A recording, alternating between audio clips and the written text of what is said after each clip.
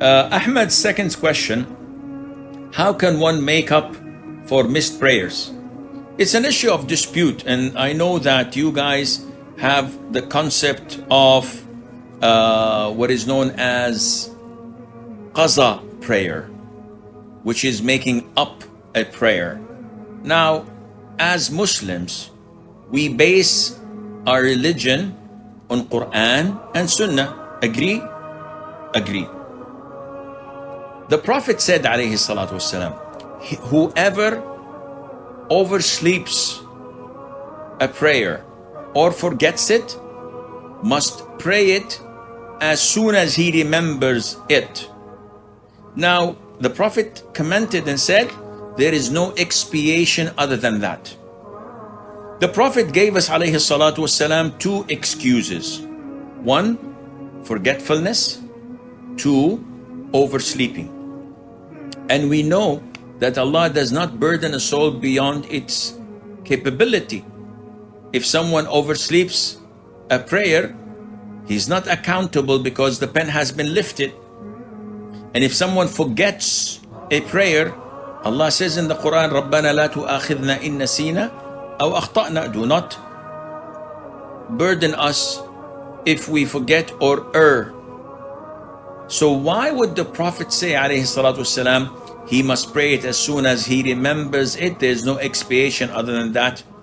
The answer is because once a person neglects prayer until the time runs out willingly, then he had committed a major sin and he cannot make that up.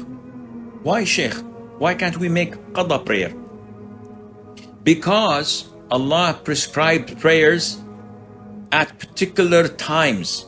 Inna salata kanat ala al-mu'minina kitaban mawquta. Verily that prayers had been prescribed upon the believers at specific times.